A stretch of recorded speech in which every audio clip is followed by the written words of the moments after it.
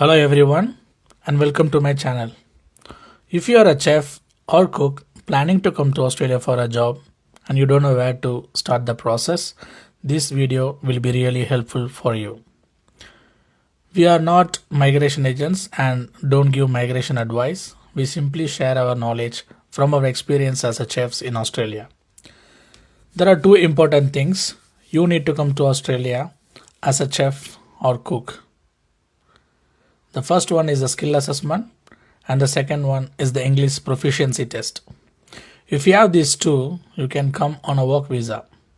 And also if you have more experience and good score on your English test, you can also come directly as a permanent resident. So what is a skill assessment?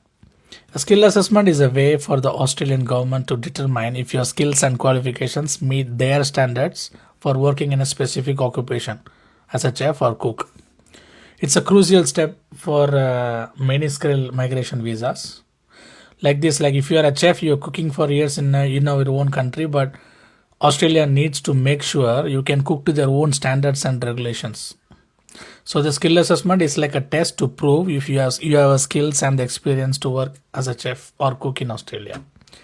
It checks whether if your knowledge and skills matches what they expect from a chef or cook in their country. Generally, you need a skill assessment for all kind of skill migration visas. Like there are a chef and cook can apply a lots of skill migration visas, like a skill independent visa, or the employee sponsored visa, or the temporary skill sorted visa. Now the new visa came called a skill in demand visa, and the regional sponsor visa, like that. There are lots of kinds of visas for chefs and cooks. Whatever the skill visas you are going to apply, the skill assessment is the must. The exact requirements are very depend on their occupations, like if you are a chef or cook, But for the chef and cook, the assessing authority is the Trade Recognition of Australia. The Trade Recognition of Australia, they do the assessment for the chefs and cooks. Okay.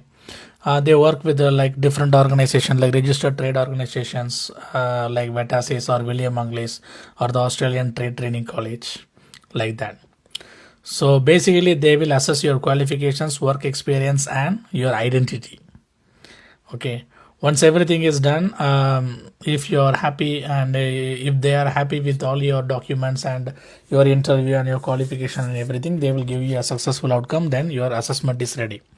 If you want to know more detail about the skill assessment, I have a separate video for how a chef or cook can apply for a skill assessment. If you watch that video, you will get a clear information of how to start the process of skill assessment, what are all the things required for the skill assessment, and who you have to approach, and how to start with the paperwork, whether you can go by yourself or you have to go by migration agent. Lots of things I have talked in detail in that video. That will be really helpful for you. Go and watch my video if you want to know more about the skill assessment. So another important thing you need as a chef or cook is the English test. The English test is really important for the chefs or cooks wanting to work in Australia, because the communication here is a key. In a busy environment, the clear communication, the English is very important. So the clear communication with your colleagues is essential for your safety and efficiency, because safety is important everywhere, not only in Australia, no, most of the countries, even in our own country as well. Okay, so if you have a good English test, then it will be good for your communication, teamwork, professional development and customer interaction and some kind of stuff. So in Australia, there are lots of different English tests they accept. They are called IELTS, TOEFL, PTE, etc. like that. So there are different kinds of band systems are there. For example, if you are coming for a work permit visa, 5 band is enough for them. But if you are applying for a permanent residence visa, then you need at least 6 band. Most of the time, my recommendation is, if you are doing English test, better to score for 6 band. If you do 6 band, you don't need to do it again, because I think the IELTS is valid for 3 years or 4 years. So in that 3 years, in case if you got to apply a permanent residence or something, the same English test will be useful for you. Or else if you work as a work permit and if you do the in the English exam as a 5 band, then you have to redo it again, the English test for your permanent residency once you have to apply. So this is my small advice. So these are the two things you definitely require: the skill assessment and English test.